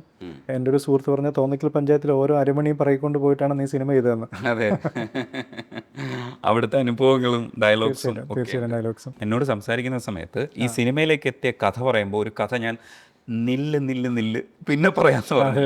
ആ കഥ എന്ന് പറയൂ. അത് സുഹൃത ബീവി. ഞാൻ വൊക്കേഷണൽ ഹയർ സെക്കൻഡറി പഠിച്ചത്. അപ്പോൾ എൻ്റെ ക്ലാസ്സിൽ HSC ആണ്. അപ്പോൾ എൻ്റെ ക്ലാസ്സിൽ പഠിക്കുന്ന കുട്ടിയാണ് സുഹൃത ബീവി. സുഹൃത കുറേ കൂടി ഭയങ്കര ട്രഡീഷണൽ ആയിട്ടുള്ള, ഹാർഡ് കോർ ആയിട്ടുള്ളൊരു ഇസ്ലാം ഫോളോ ചെയ്യുന്ന ഫാമിലിയിലുള്ളതാണ്. അപ്പോൾ അതുകൊണ്ട് സുഹൃത സിനിമ കാണില്ല എന്ന് മാത്രമല്ല, പോസ്റ്റർ പോലും നോക്കത്തില്ല. അത് ഹറാമാണ് എന്നുള്ളതാണ് സുഹൃതയുടെ ചിന്ത. അപ്പോൾ ഞാൻ പിന്നെ vocational higher secondary first year, അതായത് 10ാം ക്ലാസ് കഴിഞ്ഞിട്ട് +1 പഠിക്കുമ്പോൾ ഇയാൾക്ക് മോഹൻലാലിനെ അറിയില്ല, മമ്മൂട്ടി അറിയില്ല, ജയറാമിനെ അറിയില്ല. ഇതെനിക്ക് അത്ഭുതമാണ്. അപ്പം നമ്മൾ നോട്ട്ബുക്കിലൊക്കെ ഇവരുടെ പടമൊക്കെയാണ്. അപ്പോൾ ഇതൊന്നും കാണിച്ച പുള്ളിക്കാർക്ക് അറിയില്ല ഇതാരെന്ന്. അപ്പോൾ എനിക്കത് വിശ്വസിക്കാൻ പറ്റുന്നില്ല. കാരണം പുള്ളിക്കാർ സിനിമ കണ്ടിട്ടേ ഇല്ല, TV കണ്ടിട്ടേ ഇല്ല, വീട്ടിലങ്ങനെ ഒരു പരിപാടിയേ ഇല്ല. ഓക്കെ. അപ്പം ഞാൻ ക്ലാസ്സൊക്കെ കട്ട് ചെയ്ത് പോയി സിനിമയ്ക്ക് പോയിട്ട് എൻ്റെ കൂട്ടുകാരുടെ അടുത്ത് ഞാൻ വന്നിരുന്ന് കഥ പറഞ്ഞു കൊടുക്കും. അപ്പോൾ അവർ പറയണം, നീ പറയുന്നത് കേൾക്കാൻ നല്ല രസമുണ്ട് കേട്ടോ എന്ന് പറയും. അപ്പോൾ എനിക്ക് ഭയങ്കര സന്തോഷമാണ്. അപ്പോൾ പിന്നെ ഞാൻ എന്ത് ചെയ്യുന്നു വെച്ചാൽ, ഞാൻ സിനിമയിലുള്ളതിനേക്കാളും കുറച്ച് പരിപാടികളൊക്കെ കൂടുതൽ ഇട്ട് പറയും അന്നേരം ഇങ്ങനെ. അപ്പോൾ അവർ പറയും, എടാ ഇത് ഞാൻ കണ്ടപ്പോൾ ഇല്ലായിരുന്നല്ലോ, നീ എൻ്റെ കൂടെ ഇല്ലായിരുന്നു കണ്ടത്, ഇതില്ലല്ലോ എന്നൊക്കെ പറയും. പക്ഷേ ഇത് സുഹൃതയുടെ അടുത്താണെങ്കിൽ ഒരു പ്രശ്നമില്ല. കാരണം സുഹൃത ഇതൊരിക്കലും കാണാനും പോകുന്നില്ല, എന്ത് കള്ളവും ചെന്ന് പറയാം. അപ്പോൾ സുഹൃതയ്ക്ക് ഈ കഥ കേൾക്കാൻ ഭയങ്കര ഇഷ്ടമാണ്. അപ്പം ഞാൻ ഈ പല സിനിമകളും കണ്ടിട്ട് ഞാൻ സുഹൃതയ്ക്ക് ഒന്ന് കഥ പറഞ്ഞു കൊടുക്കുമ്പോൾ ഞാനിത് ആ സിനിമയിലുള്ളതിനേക്കാളൊക്കെ എക്സാജുറേറ്റ് ചെയ്തോ അല്ലെങ്കിൽ 2 സിനിമക്കത് എടുത്ത് ഒരുമിപ്പിച്ചോ ഒക്കെ പറയും. അപ്പോൾ പുള്ളിക്കാരിക്ക് ഇത് ഭയങ്കര ആവേശമാണ് കേൾക്കാൻ. പുള്ളിക്കാരി എന്നെ ഭയങ്കര, അയ്യോ ഇത് ഭയങ്കര രസമുണ്ടായിരുന്നു ഈ സിനിമ എന്നൊക്കെ പറയും. അപ്പോൾ എനിക്ക് ഭയങ്കര സന്തോഷമാണ്. ശരിക്കും അങ്ങനെ ഒരു സിനിമ ഇല്ല, ഞാൻ പോയി കണ്ടു എന്ന് പറഞ്ഞിട്ട് സുഹൃതയെ പറ്റിക്കുന്ന സിനിമകളാണ്. എന്നിട്ട് എനിക്ക് നാട്ടിലൊരു പ്രണയം ഉണ്ടെന്നൊക്കെ പറഞ്ഞിട്ട് ഭയങ്കര കള്ളക്കഥയൊക്കെ ഞാനൊരു സിനിമാ കഥയായിട്ടൊക്കെ സുഹൃതയോട് പറയും. അങ്ങനെ ഒരു അമ്മാവൻ്റെ മകള് ഭയങ്കര സ്വത്തിന് വേണ്ടിയിട്ട് അടിയാണ്. അപ്പോൾ 2 കൂട്ടരും 2 വഴിക്കാണ്. ആരും സാധാരണ നോർമലി പറഞ്ഞാൽ വിശ്വസിക്കാത്ത കഥയാണ്. അപ്പോൾ ഞാൻ ഈ പല രാവണപ്രഭുവും 6ാം തമ്പുരാനും ഒക്കെ എടുത്തിട്ട് അവിടുത്തെ അമ്പലത്തിലെ ഉത്സവം നമ്മളെ കുടുംബത്തിൽ നിന്നാണ് മറ്റേ പട്ടും ഇതും കൊണ്ട് പോകുന്നത്. ഈ പാവം ഇതെല്ലാമായിരുന്നു വിശ്വസിക്കുമ്പോൾ എനിക്കിത് ഭയങ്കര കോൺഫിഡൻസാണ്. ഒരാളെ വിശ്വസിപ്പിക്കാൻ പറ്റുന്നുണ്ടല്ലോ. പിന്നെ സുഹൃതയോടൊപ്പം ബാക്കി കുട്ടികളും ചേർന്നിട്ട് ഈ കഥകൾ കേൾക്കും. അപ്പോൾ എനിക്ക് തോന്നിയ എനിക്ക് എവിടെയോ കഥ പറഞ്ഞ്, അതായത് നുണക്കഥകൾ പറഞ്ഞിട്ട് പിന്നെ ഇവരെ വിശ്വസിപ്പിക്കാൻ പറ്റുന്നുണ്ട് എന്നുള്ളത്. അപ്പോൾ ഒരുപക്ഷെ അതുമൊക്കെ എനിക്കൊരു എന്താണ് ഒരു പരിശീലന കളരിയായിരുന്നു. അതെ. അതെ, സൂത പക്ഷേ പിന്നീട് തന്നെ ഒരു ദിവസം ഞാൻ KSRTCയിൽ കണ്ടക്ടറായിട്ടൊക്കെ ജോലി ചെയ്തതാണ്. എൻ്റെ അച്ഛൻ മരണപ്പെട്ടിട്ട് ഡിഗ്രി കഴിഞ്ഞ സമയത്ത്. അപ്പോൾ ഞാനൊരു ദിവസം ബസ്സിൽ വന്നപ്പോൾ സൂത ബസ്സിൽ യാത്രക്കാരിയായിട്ട് കയറി. നമ്മൾ ഈ പഠനമൊക്കെ കഴിഞ്ഞ് കുറേ കാലത്തിന് ശേഷം അപ്പോഴും ഈ സൂത ഈ കഥകളൊക്കെ ഓർമ്മിക്കുന്നുണ്ട്. സൂത പെട്ടെന്ന് ചോദിക്കുന്നു, അന്നത്തെ നിൻ്റെ കാമുകി എന്ത് ചെയ്യുന്നു, അവിടെ കെട്ടാൻ പറ്റുമോ, മറ്റേ വാളും ചിലമ്പും കൊടുത്തു. പാവസുഖതയെ പറ്റിച്ചതാണ്. അതേപോലെയാണ് ഇപ്പൊ ഞങ്ങളെ പറ്റിച്ചോണ്ടിരിക്കുന്നത് കഥ പറഞ്ഞു. പിന്നെ ഞാൻ സൂതയോട് ഞാനൊരു ബ്ലോഗ് എഴുതിയിട്ട് അതിൽ മറുപടി പറഞ്ഞു, സൂത ഞാൻ നിന്നെ പറ്റിച്ചതാണ്, അങ്ങനത്തെ സംഗതിയൊന്നും ഉണ്ടായിരുന്നില്ല എന്നൊക്കെ. ഓ അടിപൊളി. അതേപോലെ തന്നെ ഒരു വയ്യ എന്ന് ചോദിക്കുന്ന ഡയലോഗ് ഇപ്പൊ കോമൺ ആണ്. പക്ഷെ രണ്ട് സ്ഥലത്ത് രസകരമായിട്ട് ഈ വയ്യായ്മ എനിക്ക് വയ്യടാ എന്ന് ചോദിക്കുന്നത് അത് ഞങ്ങളിവിടെ വളരെ സാധാരണമായിട്ട് പറയുന്നത് വയ്യടാ എനിക്ക്.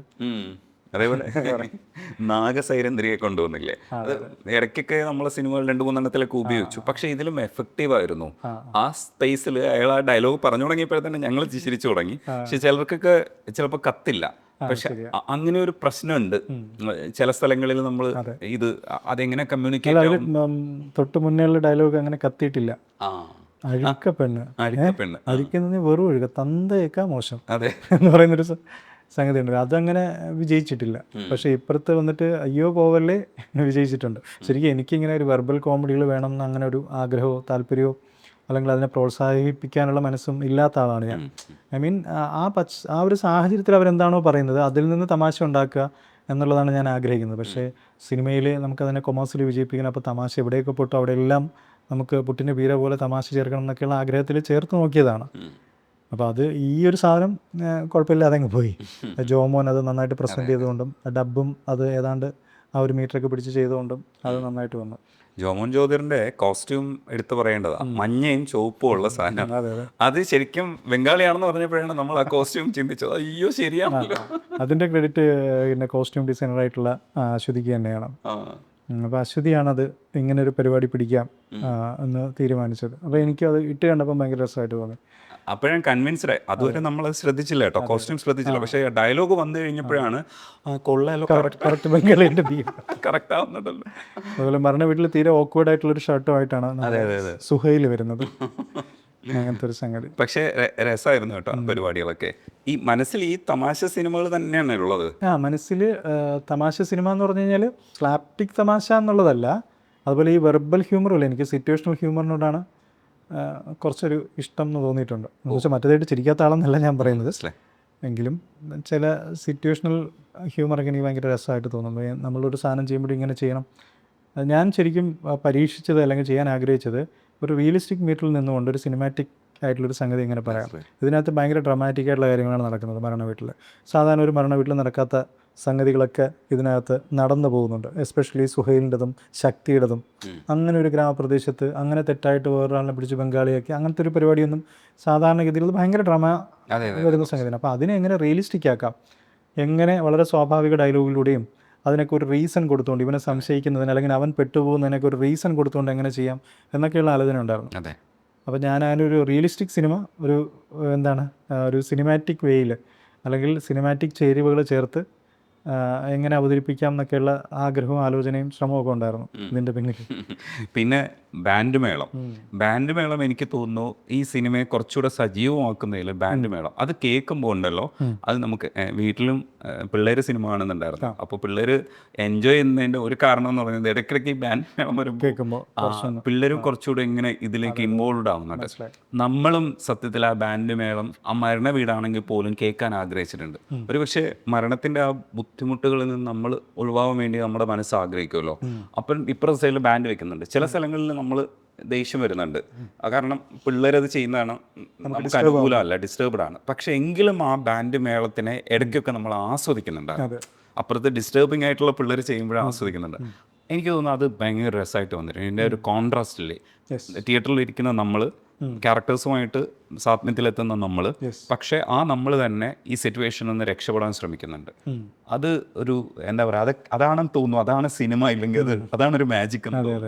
അത് എങ്ങനെയായിരുന്നു അങ്ങനെ ത്രൂ ഔട്ട് അത് ഉപയോഗിക്കാനുള്ള ഒരു എൻ്റെ ഷോർട്ട് ഫിലിമിൻ്റെ സെക്കൻഡ് പാട്ടുണ്ട്, ഒരു സീക്വലുണ്ട്, അതിനകത്ത് ഞാനിത് യൂസ് ചെയ്തിട്ടുണ്ട്. അപ്പോൾ ഇത് കണ്ടിട്ട് നമുക്ക് എന്തെങ്കിലും ഒരു സാധനം കൂടെ വേണം. ഇത് എൻ്റെ സ്ക്രിപ്റ്റിൽ ഉണ്ടായിരുന്നില്ല, ബാൻഡ് പരിപാടി.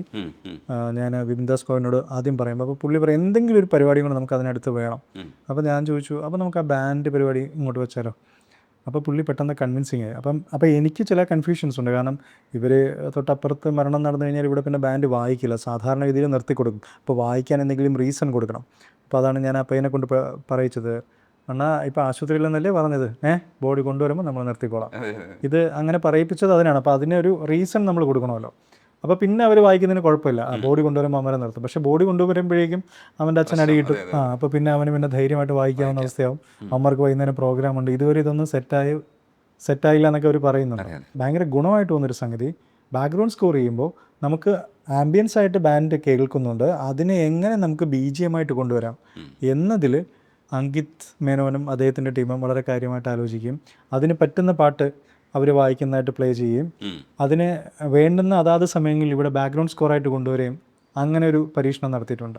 എസ്പെഷ്യലി ആ ശക്തി പിടിക്കപ്പെടുന്ന സമയത്തൊക്കെ അങ്ങനെയാണ് ആ BGM കയറുന്നത്. അത് അപ്പറേ പിള്ളേർ വായിക്കുന്ന പോലെ നിൽക്കുകയും എന്നാൽ ഇവിടെ അതിനെ ബാക്ക്ഗ്രൗണ്ട് സ്കോറായിട്ട് ഇടയ്ക്കിടയ്ക്ക് വരികയും ചെയ്യുന്നുണ്ട്. അങ്ങനെ ഒരു പരിപാടി പിടിച്ചിട്ടുണ്ട്. അത് മിക്സിയിൽ അതുപോലെ തന്നെ അതിന് വേണ്ടിയിട്ട് ചിട്ടപ്പെടുത്തിയ ബാൻഡൊക്കെ ആയതുകൊണ്ടാണ് അത് സാധിച്ചത്. എനിക്ക് തോന്നുന്നു ആ ഇൻ്റർവൽ പഞ്ച് സീനിലൊക്കെ ബാൻഡാണ് അവിടെ കേൾക്കുന്നത്. നമ്മളൊരു ബാക്ക്ഗ്രൗണ്ട് സ്കോർ കൊടുത്താൽ ചിലപ്പോൾ ഇത്ര അങ്ങോട്ട് വർക്കായില്ല. പക്ഷേ തൊട്ടപ്പുറത്ത് കേൾക്കുന്ന ബാൻഡ് ഉറച്ച് കേൾക്കുന്നു എന്നുള്ളൊരു അർത്ഥത്തിൽ വരുമ്പോൾ അതങ്ങ് ശരിയാവും. ആ റിയലിസ്റ്റിക് മീറ്റർ നിർത്താൻ പറ്റും. അതെ അതെ അതെ. പക്ഷെ പാട്ട് പ്ലേസ് ചെയ്യുമ്പോൾ ഇയാൾ മരണ വീട്ടിലേക്ക് വന്നിട്ട് അവളെ കാണുന്ന സമയത്ത് പാട്ട് പ്ലേസ് ചെയ്യുന്നില്ലേ, പക്ഷെ അത് സിങ്കായിരുന്നു. അത് സാങ്കേതികമായി കൂടെ അത് സിങ്കായിട്ടുണ്ടായിരുന്നു. അത് നമുക്കത് ഒക്വേർഡായിട്ട് ഫീൽ ചെയ്തിട്ടില്ല. ചിലയിടത്തൊക്കെ സാങ്കേതികമായി അത് ശരിയാവില്ല. കോൺസെപ്റ്റ് ഓക്കെ ആയിരിക്കും, പക്ഷെ സാങ്കേതികമായി ചേരില്ല. അത് കറക്റ്റ് മിക്സിംഗ് ആയിരുന്നു.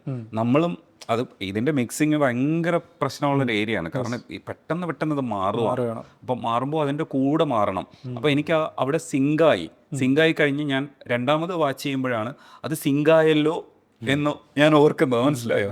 അപ്പോഴാ ഇത് സിങ്കാണ് അത്. കാരണം ആ സീനിൽ എനിക്കതൊന്നും അവരുടെ ഇതാണല്ലോ കമ്മ്യൂണിക്കേഷനൊക്കെയാണ്. അയാൾ അവിടെ എത്തുമോ, അവളെ കാണുമെന്നൊക്കെ ഉള്ളതല്ലേ നമ്മൾ ചിന്തിക്കുന്നത്. പക്ഷെ രണ്ടാമത് വാച്ച് ചെയ്തപ്പോഴാണ് എനിക്ക് മനസ്സിലായത് സിങ്ക് ആണല്ലോ, അതൊരു പെർഫെക്ഷനാണ്, അതൊരു ടെക്നിക്കൽ പെർഫെക്ഷൻ എന്ന് പറയുന്നത്. പാട്ടിനെ പറ്റിയൊക്കെ ചിന്തിക്കുമ്പം ശരിക്കും പറഞ്ഞാൽ ഏറ്റവും അവസാനത്തെ ഒരു പാട്ട് മാത്രമാണ് ഞങ്ങൾ പ്ലാൻ ചെയ്തിട്ടുണ്ടാവുക, ക്രിമേഷൻ നടക്കുന്ന സമയത്തുള്ള പാട്ട്. പിന്നെ അല്ലാതെ ഇതിനകത്ത് പാട്ട് വയ്ക്കാനായിട്ടുള്ള ഇടം ഒന്നും ഉണ്ടായിരുന്നില്ല. പിന്നെ ശക്തിയുടെ ആൻറ്റി ആ ഒരു സ്ഥലത്ത് എത്തിയപ്പോഴേക്കും നമ്മൾ അവിടെ ഒരു റെഫറൻസ് സോങ് ഇട്ടാണ് ഷൂട്ട് ചെയ്തത്. പക്ഷേ അവിടെ ഒരു BGM പോരാ, BGMന് അപ്പുറത്തേക്ക് എന്തെങ്കിലും ലോക്കൽ പരിപാടി ഉണ്ടെങ്കിൽ നന്നായിരിക്കും എന്നൊരു ചിന്ത ഉണ്ടായിരുന്നു. പിന്നീട് പോസ്റ്റ് പ്രൊഡക്ഷനിലാണ് ശരിക്കും ഈ പറഞ്ഞ പാട്ടെല്ലാം ഉണ്ടാകുന്നത്. നമുക്ക് അവിടെ ഒരു പാട്ട് തന്നെ കൊടുത്തു നോക്കാം. അവിടെ ഒരു ചെറിയ പോർഷനിൽ വരുന്നുള്ളൂ എങ്കിലും അതൊരു ഫുൾ പാട്ടാക്കി നമുക്ക് ഇറക്കാം. അപ്പോൾ ഈ സിനിമയുടെ ആൽബം നോക്കിയാൽ സിനിമയ്ക്ക് ആവശ്യമുള്ളതിനേക്കാൾ പാട്ടുകളുണ്ട്, ഇനിയും ഇറങ്ങാനുണ്ട്, ഹിന്ദി സോങ് ഒക്കെ ഇറങ്ങാനുണ്ട്. അപ്പം നമ്മളും വിചാരിച്ചു കുറച്ച് വലുതായിരിക്കട്ടെ, സിനിമയ്ക്കുള്ളതിനേക്കാൾ വലിപ്പത്തിലിരിക്കട്ടെ എന്ന് മനഃപൂർവ്വമായിട്ട് തന്നെ ഞങ്ങളും വിചാരിച്ചു. അപ്പോൾ അതിൽ ഒരു ഡിസിഷൻ എടുത്തൊക്കെ അങ്കിത് ബ്രോയാണ്. ഈ ടൈറ്റിൽ സോങ് വിഷ്വലൈസ് ചെയ്യേണ്ട, അങ്ങനെ തന്നെ പ്ലേസ് ചെയ്യാമെന്ന് അങ്ങനെ തീരുമാനിക്കുകയായിരുന്നു. കാരണം നമ്മൾ വിഷ്വലൈസ് ചെയ്യുകയാണെങ്കിൽ പിന്നെ അത് അത്രയും എഫേർട്ട് എടുത്ത് അങ്ങനെ ഒരു ഗ്രാഫിക്സോ VFXോ ഒക്കെ ചെയ്ത് തന്നെ വെക്കണം. ഞങ്ങൾ ഷൂട്ട് ചെയ്യുമ്പോഴത്തേക്ക് അങ്ങനെ ഒരു ടൈറ്റിൽ സോങ്ങിനെ പറ്റി ആലോചിച്ചിട്ടില്ല. അതാണ് ഞാൻ പറഞ്ഞത്, പോസ്റ്റ് പ്രൊഡക്ഷനിലായി സോങ് എല്ലാം ഉണ്ടായത് തന്നെ. പക്ഷെ അത് മധുസേട്ടൻ്റെ ശബ്ദം നമ്മളിങ്ങനെ കേട്ടോണ്ടിരിക്കും. കാരണം വിഷ്വൽ ഇല്ലാത്തതുകൊണ്ട് കോൺസെൻട്രേഷൻ കംപ്ലീറ്റ് മധുസേട്ടൻ നന്നായിട്ട് ചെയ്തിട്ടുണ്ട്. ശരിക്കും ഞങ്ങൾ ടൈറ്റിൽ ഇത്രയും ലെങ്ത് ഇല്ലായിരുന്നു. ഈ പാട്ട് വന്നപ്പോഴേക്കും വീണ്ടും ഒരു മിനിറ്റ് കൂടി ടൈറ്റിൽ കൂട്ടണം എനിക്ക് തോന്നിയത്. യെസ്. അപ്പോൾ ഞങ്ങൾക്കൊന്നും ഒരു കൺഫ്യൂഷൻ ഇല്ല. കാരണം ഈ പാട്ടാണ്, സോ ആർക്കും ഒരു ബോറടിക്കില്ല, ടൈറ്റിലൊരു വിഷയം ഉണ്ടാവില്ല എന്ന്. പിന്നെ എനിക്ക് എന്തോ ബ്ലാക്ക് സ്ക്രീനിൽ എഴുതി കാണിക്കുന്ന കുറച്ച് പഴയത് അതെനിക്ക് കൂടുതൽ ഇഷ്ടമാണ്. കാരണം കൃത്യമായിട്ട് നമുക്ക് പേരുകൾ വായിക്കാൻ പറ്റും, അങ്ങനെ വായിക്കപ്പെടണം എന്നെനിക്ക് ആഗ്രഹമുണ്ട്. പിന്നണിയിൽ അണിനിരന്നവരെയും കൂടുതലായിട്ട് അറിയപ്പെടണം, അത് എനിക്ക് നിർബന്ധമുള്ളൊരു കാര്യമാണ്. പക്ഷേ ചില സ്ഥലത്ത് എനിക്കൊരു ഇത് തോന്നിയെന്ന് വെച്ചാൽ ചിലരുടെ പേര് രണ്ട് സൈഡിലും എഴുതി കാണിക്കുന്നുണ്ടായിരുന്നു. ചിലർക്ക് ഇംഗ്ലീഷും മലയാളവും എഴുതി കാണിച്ചു. അപ്പം എനിക്ക് തോന്നി അത് ഇംഗ്ലീഷ് മലയാളം എഴുതി കാണിക്കാതെ ഒഴിവാക്കിയിട്ട്, ഇല്ലെങ്കിൽ ഒറ്റ ഇതിൽ തന്നെ ഇംഗ്ലീഷ് മലയാളം എഴുതി കാണിച്ചിട്ട് ഇവരുടെയൊക്കെ പേര് സെപ്പറേറ്റ് തന്നെ കൊടുത്താൽ കുറച്ചുകൂടെ വായിക്കാൻ പറ്റുമായിരുന്നു എന്ന് തോന്നിയിരുന്നു എനിക്ക്. മലയാളവും ഇംഗ്ലീഷും അങ്ങനെ എഴുതി കാണിക്കുന്നുണ്ടല്ലേ ചില പേരുകൾ? അല്ലല്ല, അത് അവസാനത്തെ പേരുകളല്ലേ. പ്രധാന ടൈറ്റിലുകൾ വരുമ്പോഴേക്കും മലയാളത്തിൽ ഇംഗ്ലീഷിൽ എഴുതി കാണിക്കുന്നുണ്ട്. അത് ഒരുമിച്ച് എഴുതി കാണിച്ചിരുന്നെങ്കിൽ മറ്റവരുടെ പേരൊക്കെ സിംഗിൾ ആയിട്ട് എഴുതി കാണിക്കാമായിരുന്നു എന്ന് എനിക്ക് തോന്നി. കാരണം അവരുടെ പേര് നമ്മൾ രണ്ട് സൈഡിൽ നിന്നും വായിക്കുന്നുണ്ട്. മനസ്സിലായി. രണ്ട് സൈഡിലായിട്ടാണ് തീർച്ചയായും കൃത്യമായ നിരീക്ഷണം അടുത്ത പടത്തിൽ അതെ ഒഴിവാക്കുന്നതായിരിക്കും. അതെ, അത് ഇരട്ടിപ്പ് ഒഴിവാക്കിയിട്ട് അവർക്ക് ഒരു space കാരണം ഇതിന്റെ പിന്നണിയിൽ പ്രവർത്തിക്കുന്നവരുടെ കാര്യം നിസ്സാര പരിപാടിയല്ലേ. എന്തുമാത്രം പേരാണ് പിന്നണിയിൽ. ഞാനൊക്കെ 42 ദിവസം ഉറങ്ങിയിട്ടില്ല. എനിക്ക് ഉറക്കം ഭയങ്കര കഷ്ടമാണ്. 1 മണിക്കൂറൊക്കെ ഷൂട്ട് ദിവസങ്ങളിൽ ഒരു മണിക്കൂർ 1.5 മണിക്കൂറൊക്കെ ഉറങ്ങാൻ പറ്റും. അതിനകത്ത് പപ്പൂട്ടി നിങ്ങൾക്ക് കണ്ടാലറിയാം അന്നത്തെ എൻ്റെ ഒരു കോലം. അങ്ങനെയാണ്. അപ്പോൾ അത്രയും പാടുപെട്ടിട്ടാണ് ഈ പിന്നണിയിൽ എല്ലാവരും കിടന്ന് വർക്ക് ചെയ്യുന്നത്. പക്ഷേ എനിക്ക് തോന്നിയിട്ടുണ്ട് അവർക്ക് അവരർഹിക്കുന്ന ഒരു പിന്നീട് അക്നോളജ്മെൻറ്റ് അവർക്ക് കിട്ടുന്നില്ല എന്നെനിക്ക് പലപ്പോഴും തോന്നാറുണ്ട്. ഇതിൻ്റെ ക്യാമറയുടെ പിന്നിലുമൊക്കെ ഓടി നടന്ന് കഷ്ടപ്പെട്ട് പണിയെടുക്കുന്നവരെ സംബന്ധിച്ചിടത്തോളം. ഞങ്ങൾ ഈ സിനിമയുടെ എൻ്റെ ടൈറ്റിൽ ഇതിനകത്ത് അഭിനയിച്ച മുഴുവൻ ജൂനിയർ ആർട്ടിസ്റ്റിനെ പേര് വെച്ചിട്ടുണ്ട്. കാരണം അവർ ജൂനിയർ ആർട്ടിസ്റ്റുകൾ അറിയാമല്ലോ, കണ്ടല്ലോ, സിനിമയുടെ പിന്നിൽ നിൽക്കുന്ന ആ ഒരു ദിവസമാണല്ലോ. അപ്പോൾ ഇവർ ഒരേ കോസ്റ്റ്യൂം ഇട്ട് എല്ലാ ദിവസവും വന്ന്, ഇപ്പം ഞങ്ങളുമായിട്ടൊക്കെ നല്ല ബന്ധമായിരുന്നു. ഡെയിലി കാണുന്നവരാണ്. ഒരു കുടുംബത്തിലെ അംഗങ്ങളെ പോലെയായിരുന്നു അവിടെ 42 ദിവസവും. പിന്നെ ആ സ്ഥലം ഇല്ലേ, ആ സ്ഥലം കൺവിൻസ്ഡ് ആയിരുന്നു. അതെ, പിന്നീട് ഷൂട്ട് ചെയ്ത് കഴിഞ്ഞപ്പോൾ ഓക്കെ ആയിരുന്നു ഈ സ്ഥലം എന്നുള്ളതാണ്. പക്ഷെ കാണുമ്പോൾ എന്തായാലും കാണുമ്പം എന്നെക്കാളും കൂടുതൽ അത് പെട്ടെന്ന് കൺവിൻസിങ് ആയത് റഹീം അബൂബക്കറിനായിരുന്നു, നമ്മുടെ സിനിമാറ്റോഗ്രാഫർ. അപ്പം റഹീം എൻ്റെ ഷോർട്ട് ഫിലിം കണ്ടിട്ടുണ്ട്. അപ്പോൾ ഞാൻ കാണുന്നൊരു എസ്തെറ്റിക് സെൻസ് ആ പരിപാടിയൊക്കെ റഹീമിന് നന്നായിട്ട് കിട്ടിയിട്ടുണ്ട്. അപ്പോൾ റഹീം ഇത് കാണുമ്പോൾ റഹീം കാണുന്ന ക്യാമറയിലൂടെ ഇതെങ്ങനെ വരും, ഇതിൻ്റെ ഔട്ട് എങ്ങനെ വരും എന്നുള്ള നിലയ്ക്കായിരിക്കും റഹീം കാണുന്നത്. ഞാൻ ചെന്ന് കാണുമ്പോൾ എനിക്ക് ഭയങ്കര കൺഫ്യൂഷൻസ് ആയിരുന്നു. ഇവിടെ എവിടെയാക്കും ഞാൻ പ്രസന്നൻ്റെ വീട്, പ്രസൻ്റെ വഴി എവിടെയാക്കും. അപ്പോൾ അങ്ങനെയുള്ള കുറേ കൺഫ്യൂഷൻസ് ഉണ്ടായിരുന്നു.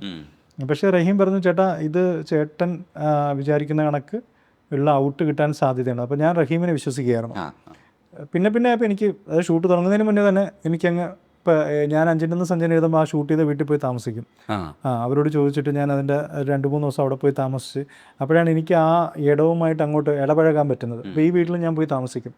അപ്പോഴേ എനിക്ക് ആ സ്ഥലങ്ങൾ എൻ്റേതാവുള്ളൂ. അപ്പോഴിവിടെ പ്രസന്നൻ എങ്ങനെ പെരുമാറും, മുരളി എങ്ങനെ പെരുമാറും, കരയോഗം വേണു എങ്ങനെ പെരുമാറും എന്നൊക്കെയുള്ളത് എനിക്ക് കുറേ കൂടെ കൃത്യമായിട്ട് കിട്ടുന്നത് അപ്പോഴാണ്. അപ്പോൾ അങ്ങനെ കുറേ ദിവസം അതിൻ്റെ പരിസരത്തൊക്കെ നിന്നപ്പോഴേക്കും എനിക്കത് ഓക്കെ ആയി. ബൈചേട്ടൻ വന്നിറങ്ങുന്നതോടുകൂടി പിന്നെ കൊഴുക്കുകയാണ് ബൈചേട്ടൻ വന്ന് ഈ പറഞ്ഞതുപോലെ തന്നെ ബൈചേട്ടൻ വന്ന് നിന്നാൽ മതി എന്നാണ് വിപിൻ പറഞ്ഞതെന്ന് പറഞ്ഞു. നിങ്ങൾ വന്ന് നിന്നാൽ മതി, അഭിനയിക്കുന്നു വേണം. സത്യമായിരുന്നു കേട്ടോ. ബൈചേട്ടൻ അവിടെ നിൽക്കുമ്പോൾ തന്നെ നമുക്കത് കിട്ടുന്നുണ്ട്. ക്യാരക്ടറിൻ്റെ ഇത് പറഞ്ഞു, ഓക്കെ, ക്യാരക്ടർ എന്താണെന്നുള്ളത് നമുക്ക് മനസ്സിലാവുന്നുണ്ടായിരുന്നു. പ്രത്യേകിച്ച് ഒരു എസ്റ്റാബ്ലിഷ്മെന്റ് സീനുകളുടെ ഒന്നും ആവശ്യമില്ല ഈ മനുഷ്യൻ ഇങ്ങനെയാണെന്നുള്ളതിന്. അതിന് കാരണം ബൈചേട്ടൻ്റെ ഇമേജാണ്. സിനിമകളിലൂടെ അദ്ദേഹം ഉണ്ടാക്കിയെടുത്തിട്ടുള്ള, അല്ലാതെ ജീവിതത്തിലൂടെയൊക്കെ അദ്ദേഹം ഉണ്ടാക്കിയെടുത്തിട്ടുള്ളൊരു ഇമേജ് ഉണ്ടല്ലോ. അപ്പോൾ ആ ഇമേജ്, എനിക്ക് തോന്നുന്നു ഇമേജ് ഞങ്ങൾ ഉപയോഗപ്പെടുത്തിയിട്ടുള്ളത് ഈ ഒരാൾക്ക് മാത്രമാണെന്ന് തോന്നുന്നു.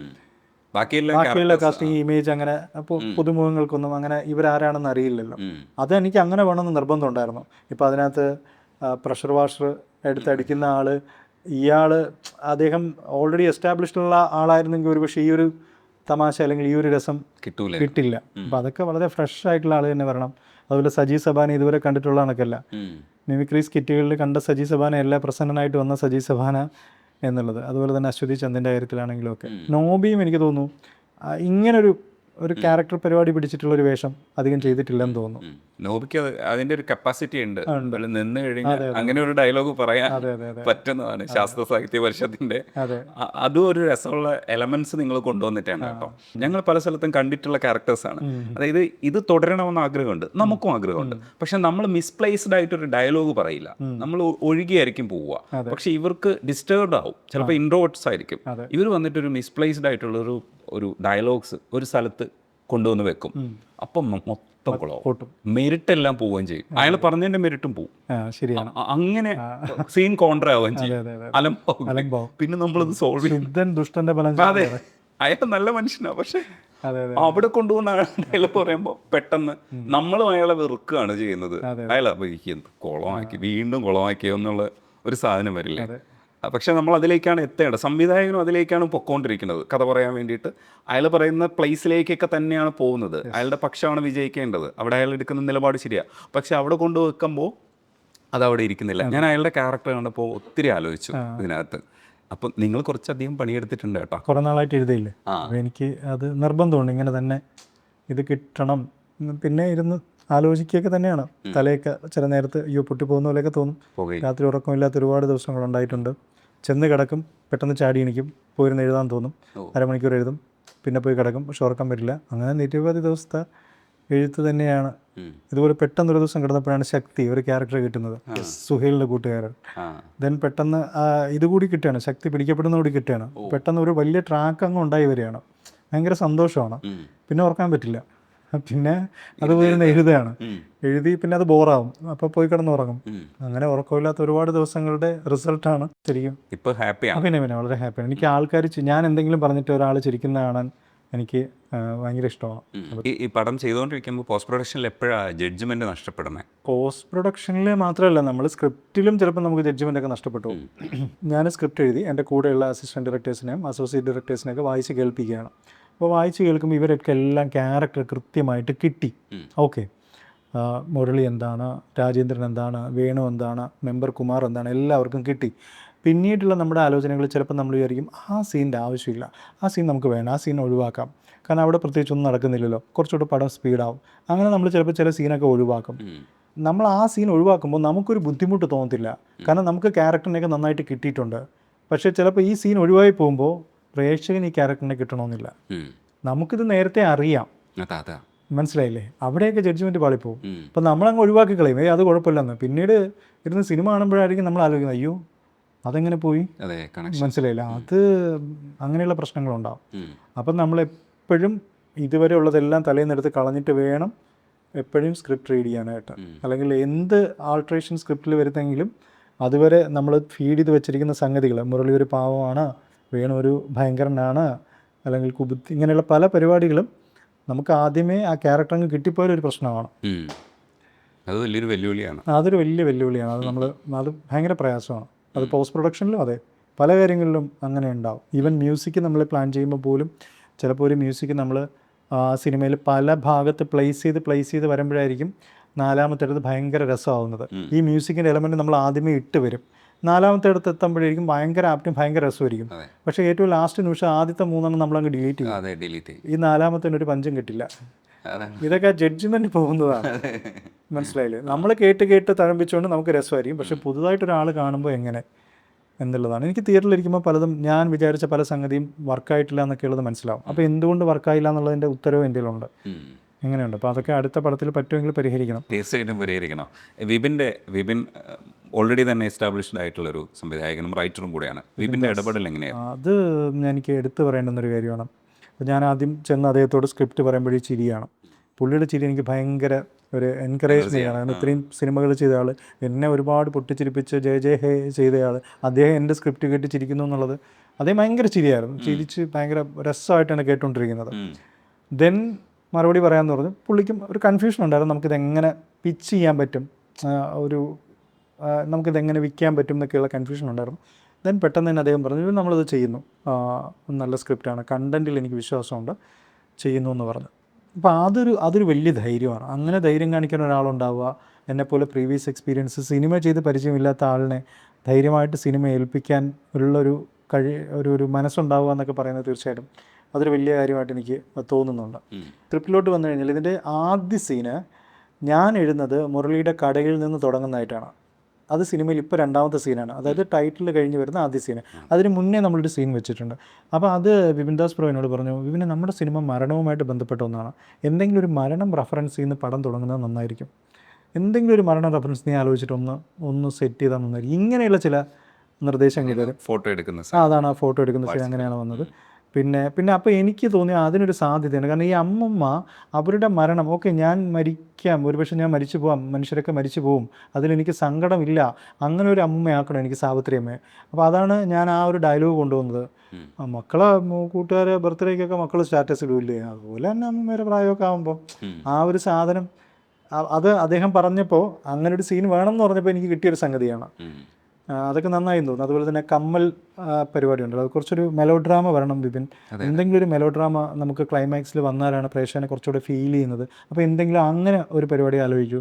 അങ്ങനെയാണ് നിൻ്റെ അപ്പൂപ്പൻ എൻ്റെ ഉരുപ്പടി മൊത്തം വെയിറ്റ് വീട് വെച്ചിട്ട് മൃഗം അവസാനം എനിക്ക് വാങ്ങിച്ച് നീ ഒരു കൂടി കമ്മലാണ്, അത് ഞാൻ ചാവുമ്പോഴും ഇട്ടുകൊണ്ടേ പോകും. ആ ഡയലോഗ് എനിക്ക് കിട്ടുന്നത് അദ്ദേഹം പറഞ്ഞു ഈ ഒരു മെലോ ഡ്രാമ പരിപാടിയിലേക്കുള്ള യാത്ര അതിന് വേണ്ടിയിട്ടായിരുന്നു. ആ സമയത്ത് അനശ്വരയുടെ അഭിനയം എനിക്ക് ഇഷ്ടപ്പെട്ടതായിരുന്നു. ആ. കാരണം ഒരു കൊതിയുണ്ട്, പക്ഷെ അമ്മൂമ്മയുടെ ഒരു സ്നേഹമുണ്ട്. അതെ അതെ. അത് രണ്ടും കൂടെ ചേർന്നിട്ടാണ് അവളവിടെ. മാത്രമല്ല ഇത് കുറേ വട്ടം ഞാൻ കേട്ടിട്ടുണ്ട്. അതെ, ഈ ഡയലോഗാണ് പറയാൻ പോകുന്നത് എനിക്കറിയാം. അറിയാം. എന്നിട്ടും അവളത് പറയുന്നതെന്ന് പറഞ്ഞാൽ ആ കോൺവെർസേഷൻ്റെ ഒരു രസം അവൾ അപ്പം ആസ്വദിക്കുന്നത്. തൊട്ട് മുമ്പ് ഡൈനിങ് ടേബിൾ സീനിൽ നടന്നതിൻ്റെ ബാക്കിയും കിടപ്പുണ്ട്. അതെ. അവളുടെ കൺഫ്യൂഷൻ അതിട്ടിങ്ങനെ. അതെ അതെ അതെ അതെ. അത് ഭയങ്കര രസമുള്ള. അതാ ഞാൻ പറഞ്ഞത് അനശ്വര പിന്നെ ഇമോഷണൽ കണ്ടിന്യൂറ്റി പിടിക്കുന്ന കാര്യത്തിൽ ഭയങ്കര മിടുക്ക് കാണിച്ചു എന്നുള്ളത്. അടിപൊളി. എനിക്ക് തോന്നുന്നു അടുത്ത സിനിമ ഗംഭീരമായിരിക്കും. ആലോചിച്ച് തുടങ്ങിയോ? സിനിമ ഞാൻ ഈ സ്ക്രിപ്റ്റ് പിച്ച് ചെയ്യുമ്പോൾ ഇത് അങ്ങനെ കൊളുത്താത്തതുകൊണ്ട് വേറെ സ്ക്രിപ്റ്റും പാരലലി എഴുതി തുടങ്ങിയായിരുന്നു. ആ പരിപാടി ഇരിപ്പുണ്ട്. ഉടനെ ഇല്ല, ഒന്നും ആയിട്ടില്ല. പിച്ച് ചെയ്യണം. ഇനി ആരെങ്കിലുമൊക്കെ വരും എന്ന് വിചാരിക്കുന്നു. എന്തായാലും ആള് വരും. പ്രത്യേകിച്ച് നിങ്ങൾ ഈ കഥാപരിസരത്ത് ഇത്രയും ചെറിയ ബഡ്ജറ്റിലൊരു സിനിമ ചെയ്തിട്ട് സക്സസ് ആക്കുമ്പോൾ എന്തായാലും നിങ്ങളെ ഇൻഡസ്ട്രി നോട്ട് ചെയ്തിട്ടുണ്ട്. ഇങ്ങനെ വലിയ സംവിധായകനാവട്ടെ, അന്നും ഇതേപോലെ ഒന്ന് കുറേ വർത്താനം പറയട്ടെ. നമുക്ക് ഒരുപാട് വർത്തമാനം പറയാം. തീർച്ചയായും കുറച്ച് കൂടുതൽ വർത്തമാനം പറയുന്ന ആളാണോ? ഇല്ല, കുറച്ച് വർത്താനം പറയുന്ന ആളായിട്ട് തോന്നി, പക്ഷേ കൃത്യമായിട്ട് പറയുന്നുണ്ട്. Okay, thank you. അപ്പോൾ താങ്ക് യു. സംസാരിക്കാൻ നന്ദി.